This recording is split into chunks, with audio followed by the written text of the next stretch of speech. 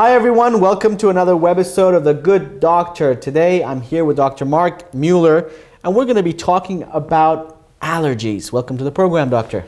I'm happy to be here. First question is, what are allergies and how do we know that we have them? Well, this is a big question and an important question because I experience in my practice that many people come to me and say, I have allergy. It's clear, I have allergy. Or the doctor said, I have allergy. And many people think they have allergy, but you can only know that you have allergy when you do a test, a proper allergy test that proves that you are allergic to this or that substance. Another question about allergies. Is asthma considered an allergy? There is extrinsic and intrinsic asthma. The intrinsic asthma is not an allergy. The extrinsic asthma is an allergy. Extrinsic means it comes from outside. What about intrinsic? Intrinsic. Oh, is that like genetic? Am I born with asthma? Intrinsic is a big question mark, actually. Okay. We don't know exactly where it comes from. It's very much related to stress and nervous system. So what happens in the dynamics at the molecular level, at the physiological level, that someone gets an allergy? An allergy is actually a not so proper function of our immune system. Our immune system is a system that is basically made to keep us clean from inside. So everything that enters our system, enters our body, and doesn't belong to us will be detected by that immune system. Fascinating. And that is actually very important, of course, so that we don't get infested from bacteria or anything. Yeah. Any dirt that enters. And now somebody who has allergic reactions reacts to these particles in a different way than usually. Usually we have these antibodies, they find everything that doesn't belong to us, they connect with it, and then they connect that to a cell, and the cell eats it, and then it vanishes in the lymphatic system. But the allergic person also finds the substance and then connects it to a cell that produces a big hoo-ha. It produces histamine, and histamine makes a big inflammation. And this inflammation reaction goes along with redness and swelling. And redness and swelling is not so good if it is in the middle of the nose. Yeah? First of all, the nose gets blocked, and secondly, the nose starts running. Now, everyone who has a runny, blocked nose comes to me and says, I have allergy. Well, that's not the case. So not everything is an allergy. Exactly. So this needs to be found out. How do we find it out? In making an allergy prick test. Okay, when you say the prick test, so what is it? You prick someone's finger or no, we actually use the arm. There we have space enough to make little pricks in the skin.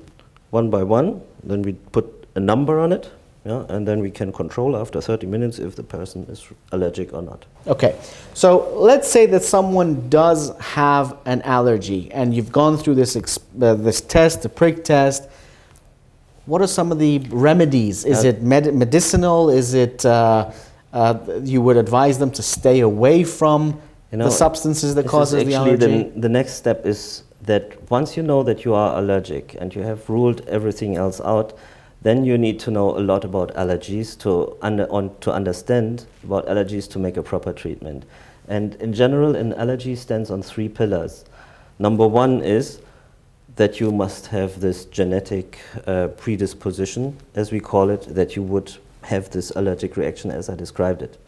Number 2 is, however, let's say you have the genetics for that. Your parents were allergic and you might become allergic as well. But you're not exposed to any allergen. Right. For example, you're living somewhere on the sea or on an island where there is no allergen around. Yeah?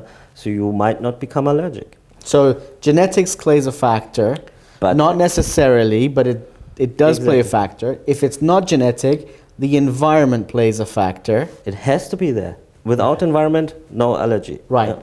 What about food? Food? Well, food goes through the intestine. Yeah. So you need to have any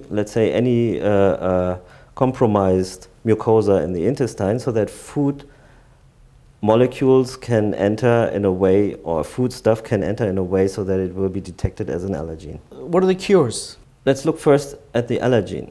So most likely, or hopefully, it is an allergen that you can avoid. If you are managing to avoid the allergen, you did already 1/3 of the therapy.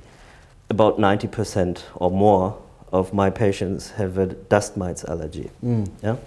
Dust mites, we know, this is a powder that comes from the mattress, is in the bed, so we inhale it while we are in the bed. So because we are exposed during that time, we can become allergic. So how can you minimize that exposure? For example, by buying an air purifier. Yeah? So that would be one part. The second part would be to seal the mucosa. So we are talking about the nose, because we are talking about allergic rhinitis, I think. Right. To seal the mucosa in the nose would be to cure, for example, any sinusitis that is present. And that can be with surgeries or with any intervention that is needed to make the climate in the nose as best as possible. Is that a severe case that No, we need to? usually it's going hand in hand. Okay, and then when we talk about surgery, for again, the moment you use the word surgery, everybody panics. They think All right, it's good. Procedure. It's a very small procedure. a small procedure. And it doesn't even mean that you need that. It's not necessary. But it just came first in my mind. But actually, the first thing you do is just taking nasal spray, for Right. example. Then you can take a nasal spray that is anti-inflammatory. So that would contain the same substance that you put on a mosquito bite. When you have that mosquito bite, you put a cream on it, and the mosquito bite vanishes. The same substance can be in a nasal spray. You spray it in the nose, and the inflammation goes away. And then you can take pills, so-called antihistamines, Right. that have an effect that this histamine will not be produced.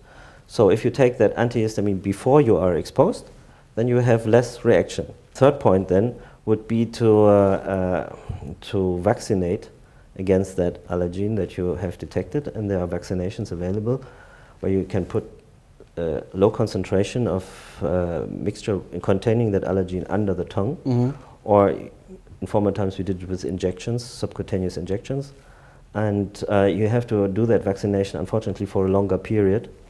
There are fast treatments now available that are probably 9 months or 1 year, but usually it's a period of 2 years, 2 to 3 years that you need to treat. And then afterwards, if it is effective, you're free of allergies for the next 15 to 20 years. Well, for anyone who has an allergy, as the good doctor stated, there are steps that you need to take. It is something you don't have to live with. It is curable. And of course, allergies, as again it was explained, is not something that will live with you forever. If you do have questions on this subject matter, please tweet us, post it on our Facebook page, or leave comments below our website. Thank you very much for this conversation, and thank you for watching The Good Doctor on eZeLiving.com, where we find anything and everything lifestyle.